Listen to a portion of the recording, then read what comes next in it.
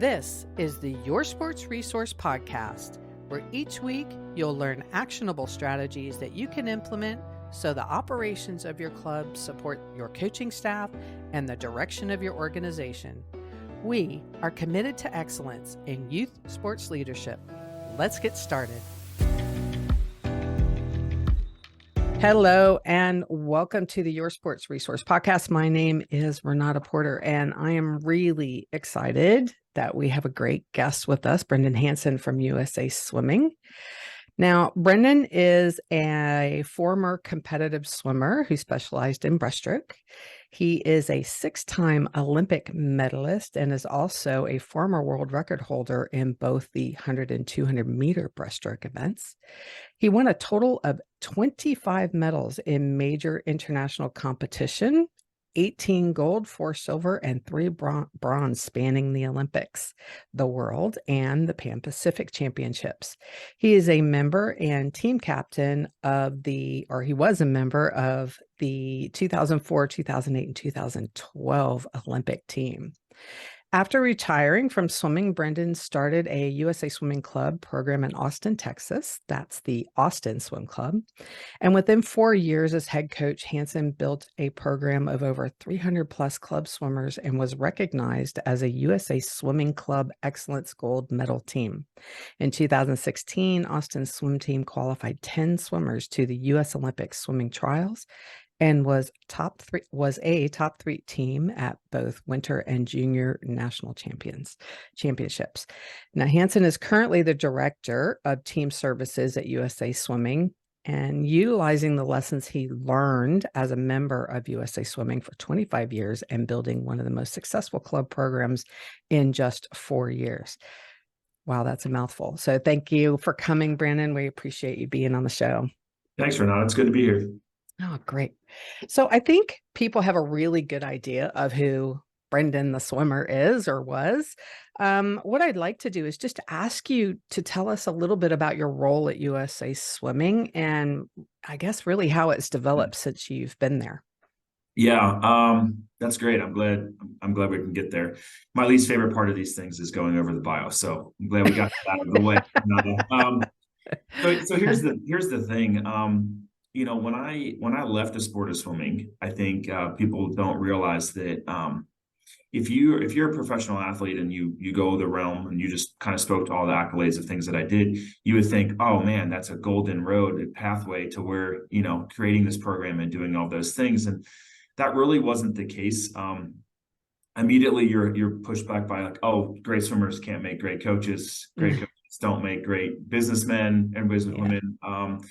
And so I got really frustrated with that experience of coming out of the pool as a swimmer and then taking on this role of building clubs and building a program community in my community to kind of give back to the sport of swimming the way I did. So my passion shifted really quickly as I came out of the pool into I want to create an opportunity for kids and athletes and parents and everyone in my community to understand the sport of swimming the way I did.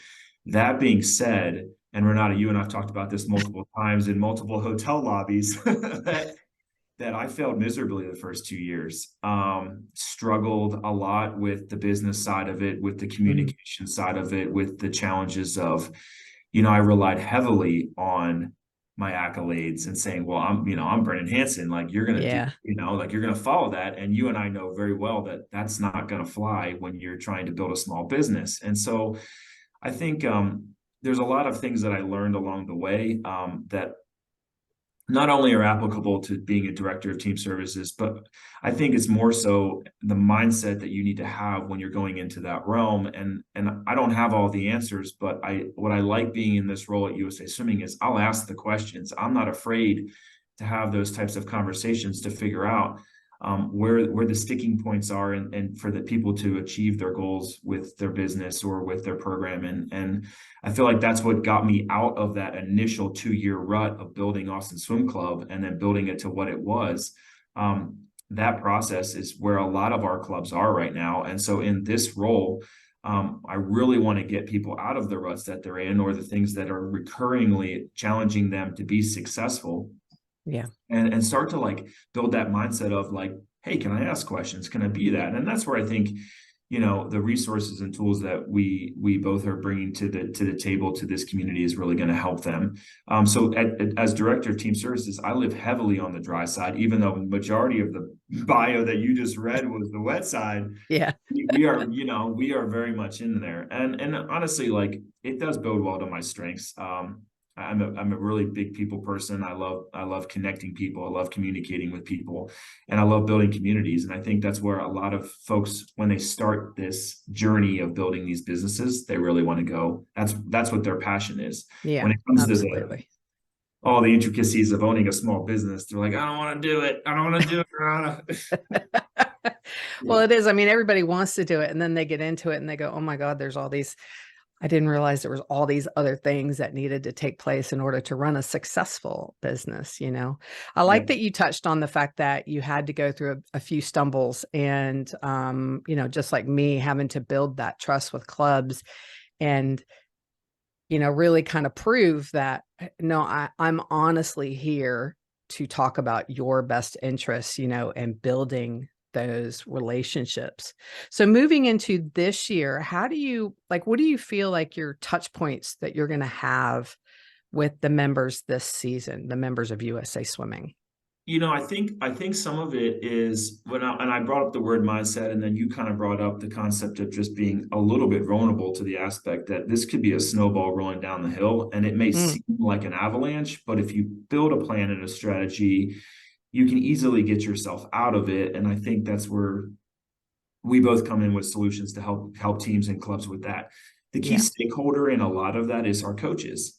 Our coaches, a lot of times, have the mindset of, well, it worked last year, so it should work this year. Hmm. Whereas we can both, outside, the benefit for you and I is that I'm not in the grind every day. I'm not there 24/7. I don't have the parent emails in my inboxes. So I can take a step back and look at it from 5,000 foot view and say, hey, here are the areas where you need to focus on and be strategic Yeah. and help you moving forward. So our number one stakeholder and touch point that we want to hit on in this next year as we end the 24 quad and go into Paris is going to be our coaches.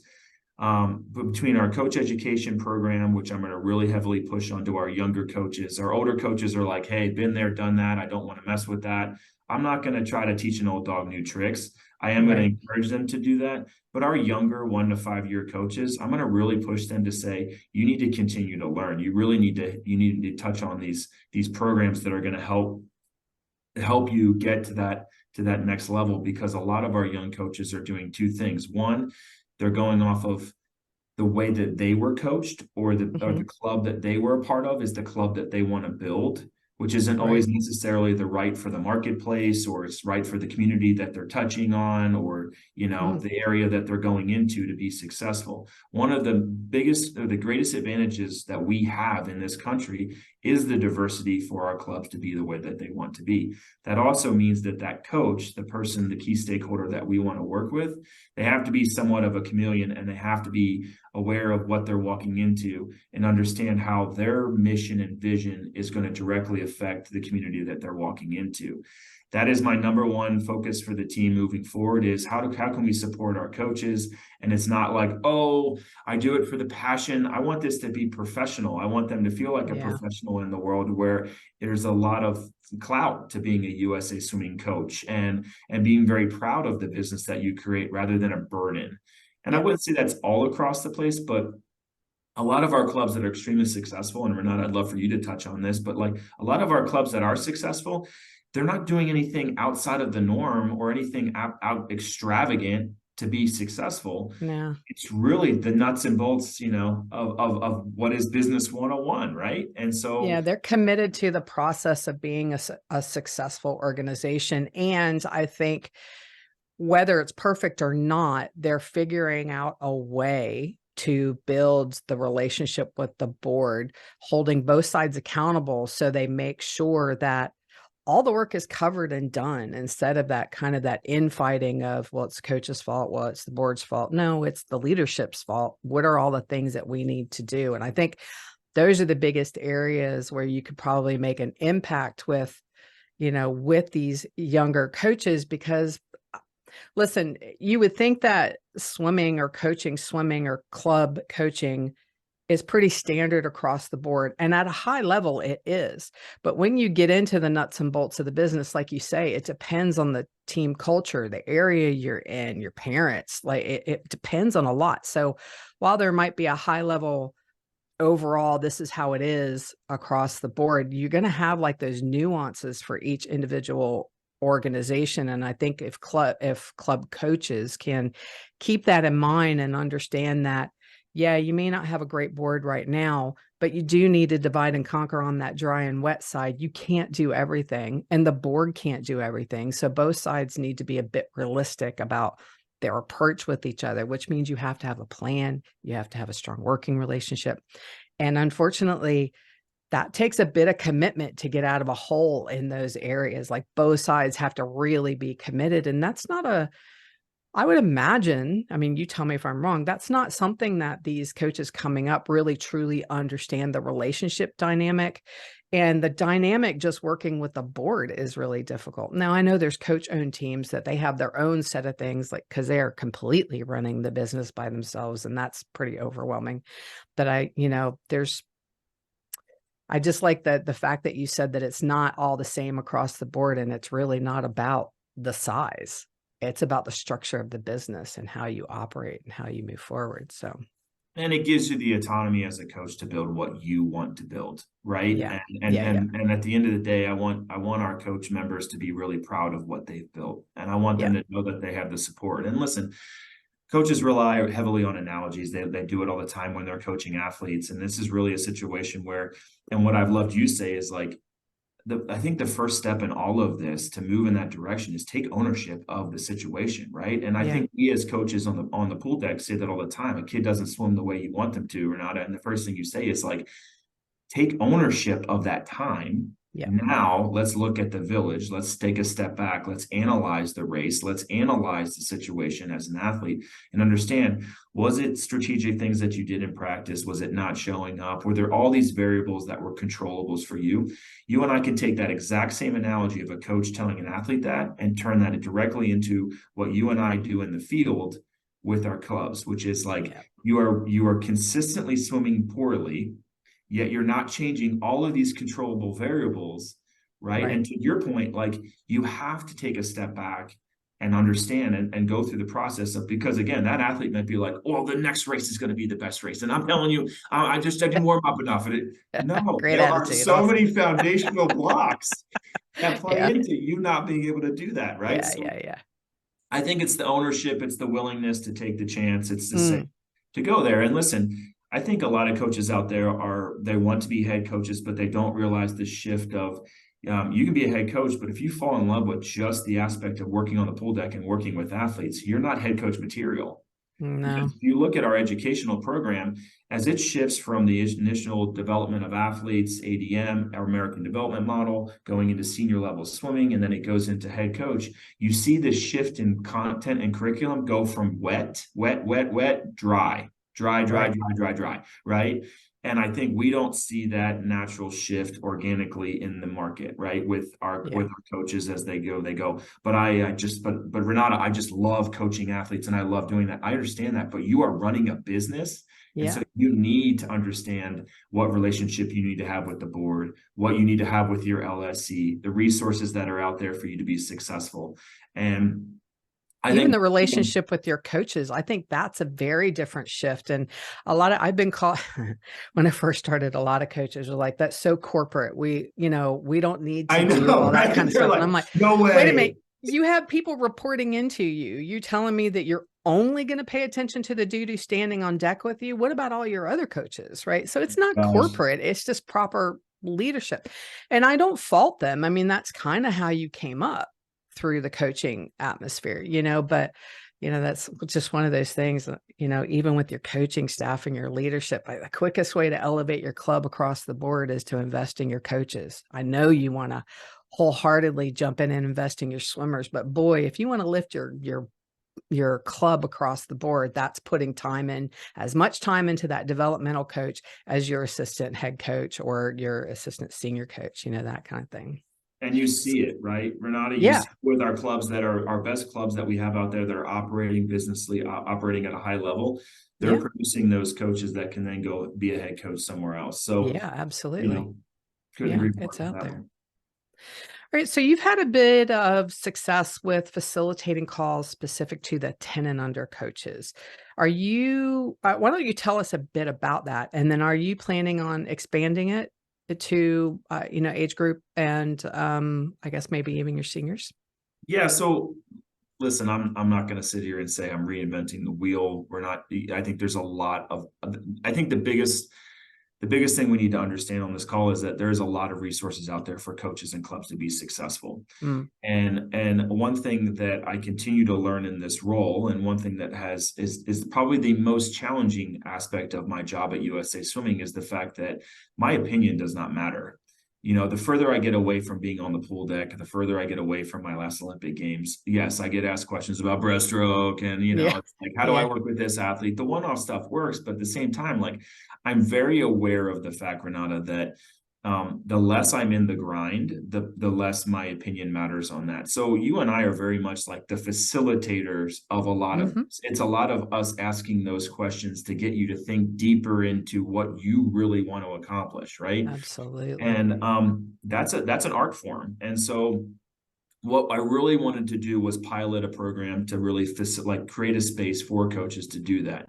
This started in 2021 on the outskirts of COVID. We started a 10 and under program. The reason we started with 10 and unders is, one, I hired Dana Skelton, who is like the Yoda of this space. She's phenomenal in it. She's super passionate about it. So I knew I had the power to do this, right? Internally had Right. the power to do it. But then also we were realizing that our membership was shifting to our 12 and under membership was declining. So we were not servicing our 12 and under membership, or they didn't feel valued at the level that they wanted to stay in the sport, right? Oh, okay. So when you're losing that base, we started there. That was very strategic on our part. Mm, The initial aspect was, let's pull the coaches that teach 10 and under swimmers and understand where their snagging sticking points are, resources that they would need. Let's let the coaches drive the conversation. Let's do our due diligence to build those resources, start those conversations. The calls took off. Within first 2-3 months, they went from 100 coaches to 500 coaches. Now we have it's like wonderful. you're reaching that level. And I think what we have done is create that space again to where coaches, and I've said this since day one, when coaches are talking to other coaches about being better coaches, the athlete always wins. And you Yeah. said it best, which was, coaches need to back each other up. They need to teach each other. They need to work with each other, because if they just focus on the athletes, they're not going to improve as a coach, and they're not going to improve Yeah. staff to get them where they want to be. So we're just creating a space with these monthly calls to get there. With the success of that one, why would we not go to an 11 to 14 community, which we're going to launch in the fall of 24, or I'm sorry, this fall, and as well as senior level swimming. Great. Senior level swimming is not junior national or sectional level swimmers higher. It's really your high school swimmers, your kids that are 13, 14, Yeah. 15 years old that are just starting out in the sport. Hey, I played basketball and baseball and soccer. Don't want to do it anymore, but I want to join swimming. And for a lot of our clubs, it's an untapped revenue resource for them to be successful. So we're really excited about launching the 11 to 14. We're also excited about launching the senior. And honestly, like, I'd love to go into the details and the nitty gritty of it all, but I don't know Okay. it. And the reason I don't know it is because I don't drive it. Our team doesn't drive it internally at USA Swimming. We want our coaches to do that. And when we started this conversation of how are we going to invest more into our coaches, one of the areas to start this, and you're doing a nice job of it in the space as well, is creating these opportunities, these touch points for these Yeah. key stakeholders to really be like, oh wow, I didn't even think of that. I didn't ever ask my staff that question. Yeah. That when we create that type of thought process, again, we're a force to be reckoned with as a community. I love the sharing because I tell people all the time that coaches like really play their cards close to their chest. Like they're afraid to expose that there might be a little chink in the armor, or that, they feel like they got something amazing that they need to hold on to it. And I love the fact that you're opening that door for them to have that conversation. In a way, it's kind of like a mentorship program, or even what do they call it? A mastermind, where somebody's like, I got this problem. they're brave enough to speak up about that problem. And then there'll be so many people who will go, oh my God, I'm experiencing the same thing. And then you'll have people that'll step up and go, this is what I tried. It failed miserably, but I corrected and I did this. And you may not follow the same path, but you'll pick up something that may work for the specifics of your organization. And I love that knowledge transfer and that knowledge share and that investment in each other of being better for the swimming industry as a whole. I think that's an amazing opportunity for coaches. So I hope a lot of them are at least popping in when they can. Like if you can't make every month or week or whatever it is, then that's okay. But like take advantage of the opportunity of that call being open to you and share, see what you can find out. I love it. It's And you amazing. said it. I'll tell the group. You and I met for a while at ASCA. We sat in the lobby, and it's funny because we were just like everybody was walking by us as we're going on. Like, Yeah. what's Brendan and Renata talking about? What are they? Yeah. We're like nodding our heads, and we're just like reiterating the same thing. And one of the things that you brought up on that conversation, and I'd love for you to touch on it, is just like, and I think at that point I'm like, yep, we're in the same boat, going up the same river, trying to do the Yeah. same thing. And you were like, listen, it comes down to relationships and communication. If it those two things, and like that's what we're trying to create here with these communities, with these opportunities, is those relationships and then that communication. Because some of our best coaches are introverts. Yeah. They're you think about it, they put themselves on an island when they sit out there on the pool deck and coach athletes. And so maybe their own demeanor as a person, their behavioral aspects of them doesn't really want to put them. Very few coaches want to stand up in front of ask a crowd and give a full-on keynote talk about development of athletes. They don't want that. This is a much more intimate relation, like a situation to where your point, you could just be a fly on the wall and taking notes and on never Yeah. mute and pay attention and be like, I stole 3 nuggets, from that meeting. And I think they've been extremely valuable because the way the way I realize it's successful is by the number of people that want to keep coming back to it and Yeah. making it a priority in their day to be there. I think what would be, I don't know how you you put a metric behind this, but I think what also would be successful is if the people that are on the call are hearing from the older coaches or the successful coaches in from an operational perspective and can pull them in as a mentor, pick up the phone or write an email and say, I would love to, can we have regular conversations one-on-one? So, I would love to have you as a mentor. And I just think that would be amazing. One of the things I ask the head coaches all the time is, who's your mentor? Who are you learning from? Right. So, I mean, it's one thing for me to talk about relationships and how to build and all that, but I think they need to hear those kind of conversations from their own as well.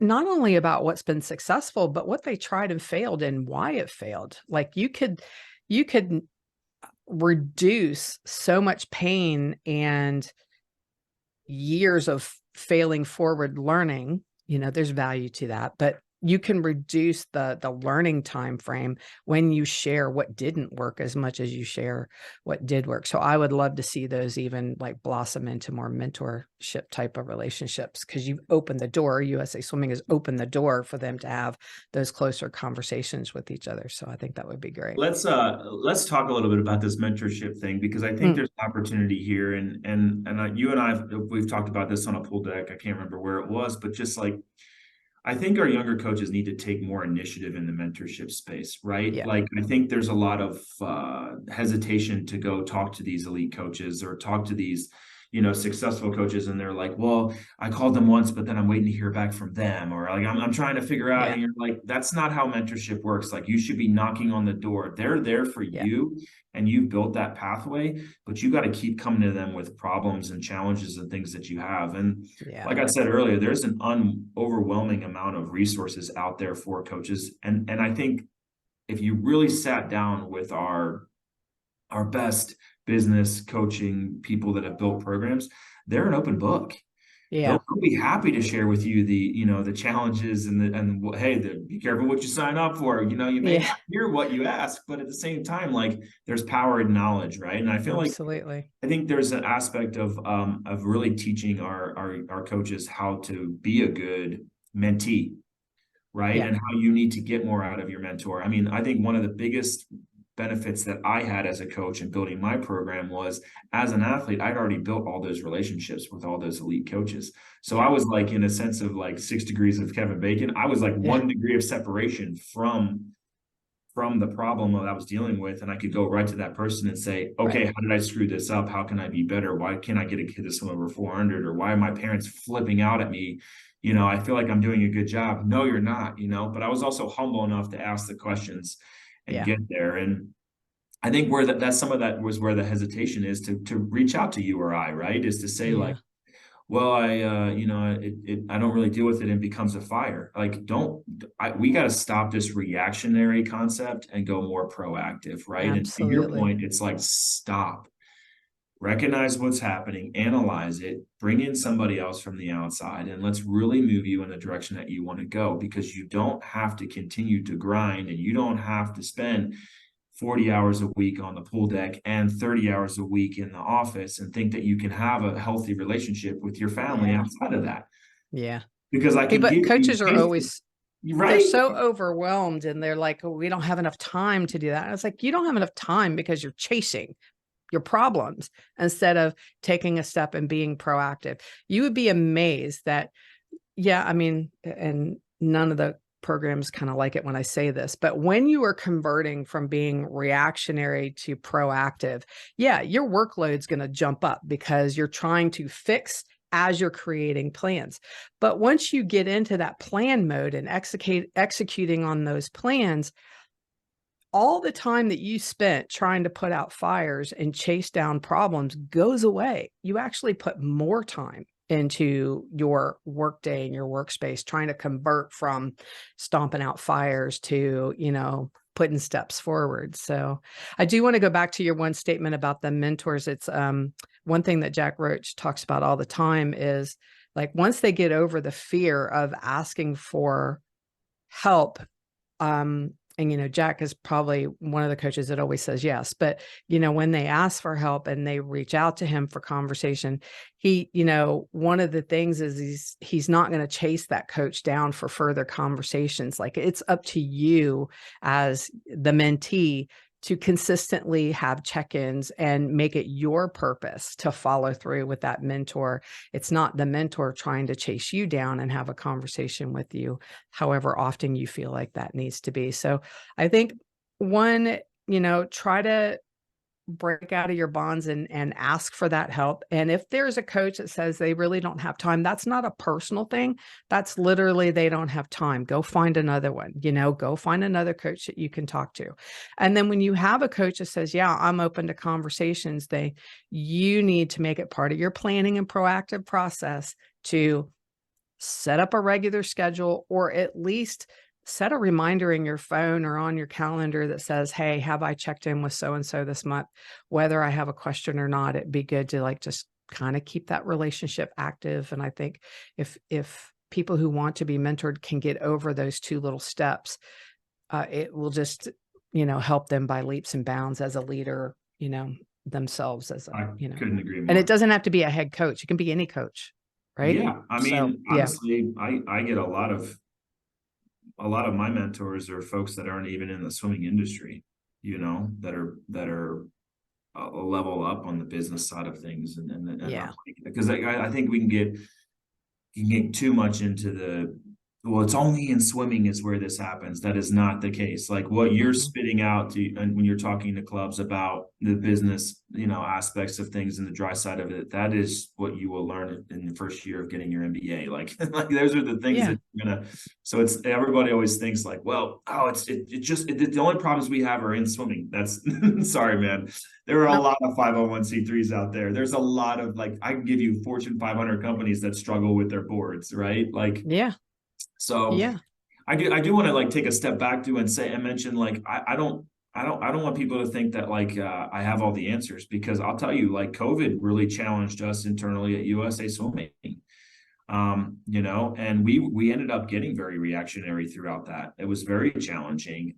We realized we did not have great relationships with our LSCs, and we had to create better communication lines, and we had to create better relationships. So, I think it's really important to share the fact that like I think every organization is always going to be challenged by these variables. And it's like culture. Yeah. If you don't garden it, take care of it, it can get out of hand really quickly, right? And you have Right. to be, and as we talk about the 24 year and ending this quad, I get really excited about the fact for the first time since 20 and 21, I feel like we really have a plan.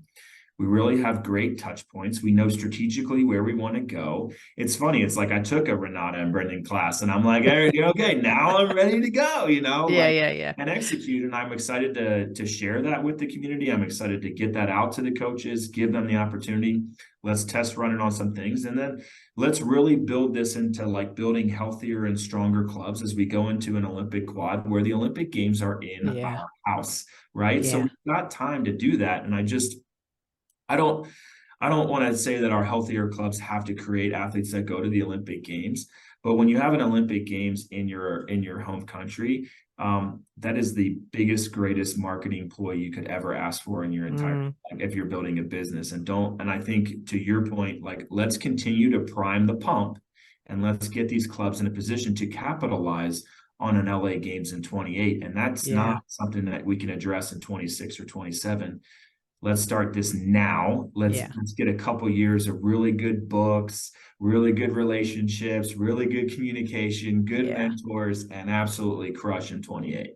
Yeah, absolutely. So I want to go back to the LSCs, but first, since you brought it up, let's talk about the quad. So what does that look like? I mean, is there any like touch points or and when will there be information that'll be on the site that that your clubs can read about as far as the next quad? Yeah, so for the next quad, I think the things that we're and there and some of the friction that we have with our clubs right now, and it's like, well, USA Swimming is this and USA Swimming is that, and there's some things that like I can't control, and this is things that I've educated you on and told you like Mm, these are like the Red Cross can't control it, and I'm working to build a better relationship there so that we can get certifications easier for coaches so that they're not having to deal with that. The Center for Safe Sport is an entity from Congress that I have to build a relationship with and advocate yeah, for our coaches on behalf of. The USOPC that gives us money every year is also the same boat. They're not going to write you a check and not ask for something in return, right? So right, I'm constantly lobbying for the coaches and the communities to create that space for them to go do what they need to do, but then also understand that at some point I have to meet them halfway on a lot of these areas. So some of that is that challenge there for us to be successful. But the next quad, I think some of the things that we're going to try to do a really better job of is creating a better communication line. We understand that only like 15% of our emails are clicked through, and that even mm, though giving out that information, it may not be hitting, right? So it's like yeah, some other creative ways that we can be communicating with our coaches. Is that through our LSCs? Is that through our coaches reps? Is that through these community, these communities that we create, 10 and under, 11, 14 senior, that kind of stuff. How can we get more information and readily available to our coaches? The last thing, I can't stress this enough. I did not wake up this morning, nor did you, to try to make our coaches have a worse day. Or like I don't know how else I should say that. Like I get calls and they're like, "Why are you doing this?" And I'm like, "Listen, man, I didn't wake up today going like, how can I stick it to them?" yeah. Like, How can I ruin your yeah, day? it's like that's not the case. And so and so everything that we're doing, and so again, I think it boils down to a little bit of communication. One of those is like with our competition schedule, right? Mm, It's really under the influence of what our international schedule comes out looking like, and then we have to then it's like a domino effect, right? So when World Aquatics comes out with our international schedule for the quad, then we backfill all of our national offerings from there, starting from trials all the way down from that perspective. Well, the right. World Aquatics does not care when they tell USA Swimming what that is, right? So it's like at the mercy of like, well, I'm waiting on so and so to give me this so I can give it to you, and it's like I'm stuck in this middle ground of like I can Right. push only so hard here, and I hear you, I know you want the schedule, and the reason they want the schedule is that so that they can do all of the things that you're teaching them when I teaching them. It's like I need to budget, I need to communicate with my parents, I need to make sure that my community knows what's going on. So Yeah.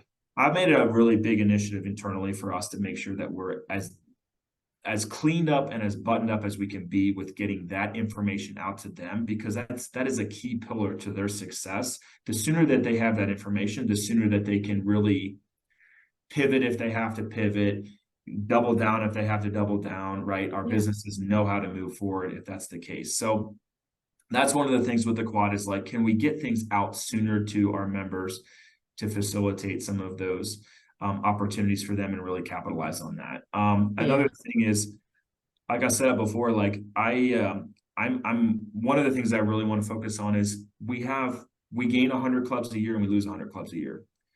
And that bothers me because again, that's something that you and I can control, right? Like we're out in the business trying to help with those clubs and help them get to where we want to do. So Right. our new club application that we're working on through right now is really to have strategic touch points well outside of the initial, hey, congratulations, you're a USA Swing Club. Here are all the resources that you have. Be sure to hop Yeah. in, and then I don't hear from you until you're not. You call me, you're like, based, like I don't know what to do. And I'm like, Yeah. you should have called me 2 months ago. Um, and Yeah. so being more deliberate and intentional, again, proactive in this quad of saying, hey, you're a new club. I'm going to call you in a month. I'm going to call you in a year. I'm going to call you 18 months out. I want to check in with you from a team services perspective. I have the manpower now to do it. I have the Yeah. internal space to do it. And to your point, just as much as we're pushing our clubs to shift into that proactive role, this next quad, I don't want to. I understand that there are things that we can't control, COVID, national disasters, Sure. things like that. We're always going to be reactive in that space. But the more you plan for your business, the better able you are to handle those massive things I that have come down for never heard you say that, Renata. That is so crazy. How did I just tee up your tagline? yeah. Sorry. No, that was perfect. That was perfect. Huh. Yeah. So are you saying the team is like your team is going to make um like you've kind of given the edict of how often they're going to be talking to these newer or smaller clubs on a regular basis? Like, is that a new process for them that you're putting in place? I don't Yeah. want to hold you to that if that's not a No, no, formality right no. now, but I'm just trying to understand. So maybe these smaller clubs that are listening or new clubs that are listening can understand that they'll be talking to your team more often. They need to talk to our team more often, right? Yeah. And not outside of when they have a problem. If they sit down with their staff and have a goal sheet of what they want to accomplish, that's a perfect opportunity. Again, I'm not always the answer, but I'm a Yeah. facilitator, right? If you come to me and say, here are the things that I want to do, and here's what I want to try to do, I may push you onto 3 other clubs that are doing it right now and Right. can meet you in that space and mold that relationship between you and a club within 500 miles of you that's been doing this right now. Yeah. Because Yeah. again, I may I not have. love that connector attitude. That's awesome. Yeah, sometimes Yeah. I feel like we're switchboards, right? We're like, okay, here we go. Mm, I'll put you over here. I'll move you over here. yeah. So there's that piece of it. But listen, Swims 3.0, as much as challenging from a registration side as it was last year, we're getting really clean data from that now. And Okay. so I really want to teach. One of the things that we're going to do in this next quad is really teach our coaches and our businesses how to use the reporting tools, how to understand the dashboards of performance, right? I want to run you through that as well so that you have the ability to say, guys, listen, this is like no brainer. I can walk you Yeah. through how to use this dashboard and we can really facilitate, the metrics that you have and it'll tell you the story so that we're not going down the like mom and pop shop type narrative, right? And like, Yeah. so one of the reasons the board pushed us so hard on the digital transformation was to create that reporting, was to create healthier clubs. And so that doesn't come without a little bit of pain. Everything that's Mm, worth it doesn't, right? yeah. Does, but so that's one of the things that we're going to really try to engage with our membership on is the reporting aspect of it, is teaching them those things, and bringing it into those avenues, those channels that we're going to create with people so that they know what they're getting, right? Right. If coaches are coming to me and you saying, I don't have time for this and I don't have time for that, the last thing that you and I want to do is waste time, right? Right. So like Right. I do want to stress on the call that like if I'm bringing you something, it is not something that I wrote on the back of a napkin in a restaurant talking to That's you or a lobby, that's right. right? Like it's well thought out. It's been well vetted. I've piloted it with some clubs that are willing to do that. And now if I'm bringing it to you, like if it's stamped with the brand of USA Swimming, it's got validity behind it. And I think we don't give ourselves as a community enough credit in that space. I don't think Yeah. we do enough of that. And this next quad, I really think we need to rely heavily on some of those aspects, and we'll have better relationships and better Right. communication. Absolutely. All right, I want to shift to LSCs. So, I think we talked at ASCA at the clinic that, we as an organization are trying to start working with the LSCs. We are working with one right now, Middle Atlantic, and we see the value in working with them and helping to bring more resources or opportunities to the clubs from an operational space. Now, I know you're on the same path. You've been developing or strengthening your path with your LSCs. So what do I know you have a meeting this week with your LSCs. So maybe not what the meeting's about, but what is USA Swimming's or your outlook for your relationship with the LSCs over the next year or coming years? I think you got to address the elephant in the room right off the bat, right? And that is like it's a net, like the LSC is a necessary evil, not from the aspect of the entity aspect of it, but when you're the community looking, like if I'm a club program and I'm talking about my LSC, rarely are the comments positive. Most of the times they're negative. Oh, they make me do this, they make me do that. Yeah. I don't see the reward or the return on investment of my time in that space. And we have to shift that because the LSCs play a very pivotal role in the Yeah. success of creating opportunity experiences for our members. And when they're operating at an extremely high level, um, those experiences are phenomenal Yeah. and like they are killer. And it really, like when you hear Tim Henchy, our CEO, say like best in class, a lot of those opportunities at the local level that are best in class are coming from a very high level LSC that's operating at a high level and is investing in that time and Yeah. taking the time to do that. So one of the things that we really kind of took a step back and say, okay, and again, ownership, like where are we missing the boat? How can we be better?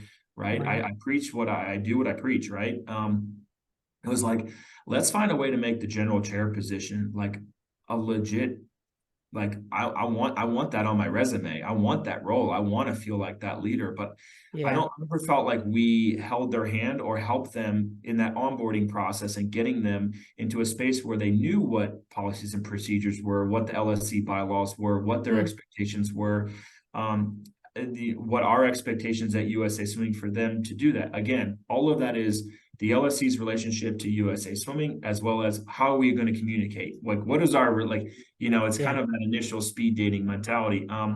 So this week at annual business meeting, we're going to launch our general chairs onboarding educational offering that we're going to do. Okay. We have 49 of our 59 LSCs coming in, which for the first year I think is great. Mm.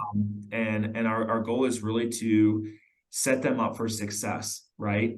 Give them lay the groundwork. We're bringing in a lot of speakers that are like high level stakeholders in the LSCs that have been very successful. Right. Again, not USA Swimming staff telling people what to do, but USA Swimming staff facilitating with our Right. best out there to be better. And so it's kind of think of it as a launch party. We're gonna periodically do touch points throughout the year, probably 6 to 8 of those a year. Again, with very much the same mentality that you have, which is like those active deliverables on the back end. Okay, Yeah. we're gonna talk about X, but I want Y at the next meeting, and I want to work with that in that Yeah. space to get you there. So I think the goal is like I want people to be proud that they were the general chair of their LSC. And right now I get at least from when I was coaching at Austin Swim Club, let's go back to that. If I was still coaching there the year after I left, I'm pretty sure everyone would have been looking at me saying, well, you're the one that's got a great relationship with USA Swimming. You've got all these things, like raise your hand, we want you to be general chair. And I would have been like, well, I don't know what I'm signing up for, like Right. Right. I don't know Right. what I'm doing, like what resources are there? Right. And my first approach to that would have been call other general chairs and find out how to be successful. We don't Right. necessarily see that all the time, but what I also don't want is like, well, I guess I drew the short straw, so I'll be the general chair of the LSC. Yeah. That's Well, not the route we want to go, right? no, You but see that's it also the too. same route that a lot of these club presidents do. They're like, I don't know what I need to do, but that's a different Yeah, topic. But well, that's where but you and to I align so well. yeah, the I love the fact that you're trying to pull them together in, in their process and what they're to deliver as an LSC, and then, whatever else that LSC wants to deliver to their clubs. Because honestly, yes, there's some LSCs that are doing a great job. But one of the things that I started doing when I'm first meeting some of these clubs and working with them, is, how is your relationship with the LSC? And what does the LSC do? And I was really surprised, and this is something that I challenged Jamie with when we first started working together at Middle Atlantic. I was like, do you think your clubs know exactly what you do outside of sanctioning meets? And he was wholeheartedly, yes, absolutely. They know what we do. And then he challenged his belief at the previous ASCA World Conference, I think is where he did it. He didn't go to this year. He went to the one before, and he met with some of his own people and asked them, what is it that Middle Atlantic does? And they do a lot of things. So sometimes it could just be a communications situation, kind of like you, like they need to understand what we deliver and how we deliver, that we vetted this and that there's stuff behind it. It's not just, Brendan or Jamie just chucking stuff out the window. But I'm glad that he did that exercise, because I think that some of the LSCs really feel like they do a lot and deliver a lot. But if your clubs don't know that, so I love the fact that you're kind of pulling them together and putting them on the same page to, what should you be doing? And not every LSC is going to do the same thing, right? But I think as long as you can really kind of at least have some basics that they are going to deliver and agree that they are going to deliver across the board, I think that's an absolute step in the right direction. So look, to pull this whole thing in full circle, the best thing that Jamie did in that space was realize that what he thought was what was going on was not the case, and he has shifted into reinvesting into resources and moving that ship in the right direction. And listen, that's exactly what we do here at USA Swimming. I work my tail end off. Right. And I assume that car clubs know that I wake up every morning trying to make them better and our coaches better, and try to find ways. And I push this internal team to be successful. Like if you want to go back to the athlete of me on the pool deck, that is exactly the way I approach this job every day.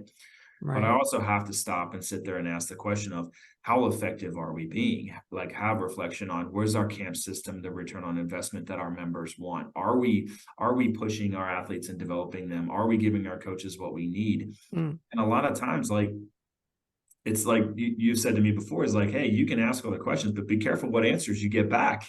Yeah. Because you're going to have to pivot on those, and you're going to have to react to those. And so I feel like we're in a good space right now to where, one, I know the membership and the clubs enough and the coaches enough to ask the right questions. Now I want to build trust with that community, with my internal staff, by executing on the things that they come back to me with.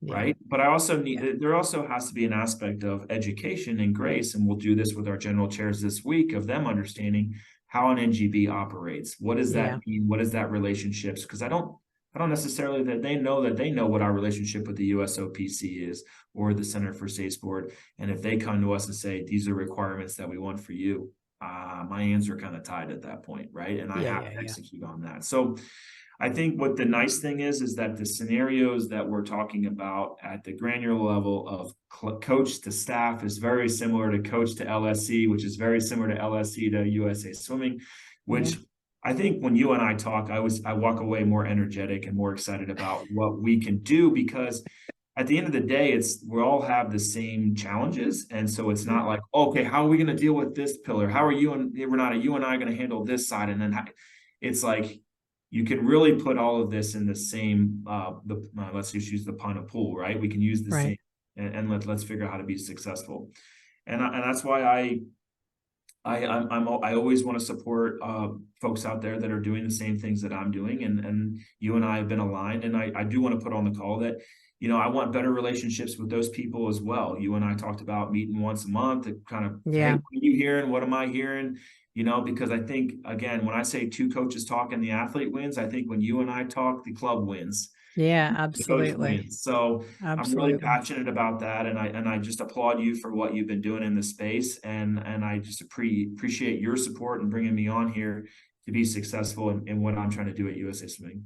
Oh, thanks for that. Well, I think we all, even at LSCs and all the boards, they ultimately, everybody has the desire to deliver to their membership and do the best that they can for the swimming industry, wherever they touch the swimming industry, And I think that's the same for us as an organization.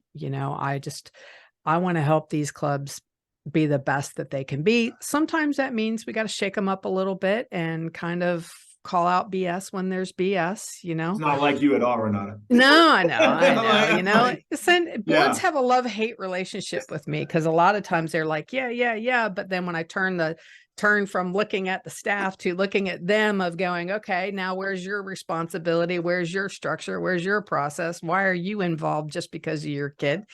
No, you're the board president. You're the leader of an organization. Like, let's think about this as a business. So, but I think that overall, I don't think any of us can lose, whether you're the exec at an LSC, if you're me, if you're Matt, an advisor on my team, if it's you or anybody on your team. We're not going to lose as long as we go through that process of pushing and asking questions and expecting or asking for, at least a minimum standard of leveling up the organizations for a well-run business, because then we serve our members, we serve our community, we develop, elevated and amazing Olympic athletes, but we also elevate what we do and deliver to those young athletes as well. And we help them become wonderful young adults. Same thing with our young coaches. We keep these coaches in the industry. There's that mass exodus that's been happening for a while. And I think when we are able to kind of build up those, not just the resources from the technical perspective of what the coaches need, but when we invest as a whole into our coaches in helping them learn how to build relationships, how to be great leaders, how to navigate a difficult board, or how to ask a board for help or expect them to deliver on certain things. Like, all those kinds of things are nerve-wracking, but they need to be done. So the more support we can give in those areas, just the better the organizations will be, and that'll just spread out across the board. I don't know, maybe I'm a pie in the sky type person, but that's my thought process. I feel like you have to live up there in this sport. Yeah. If you want to be relevant or be consistently good. Yeah. All right, do you have any last thoughts or comments for us? No, other than the fact that I am 8 minutes late for a meeting. But it's all good. I love it. I love connecting with you, and again, Thank thanks you. for having me on. I really appreciate it. All right. Thank you, Brendan. And thank you, everybody, for joining us today. Please make sure that you share our podcast so we can grow our audience. Thanks all.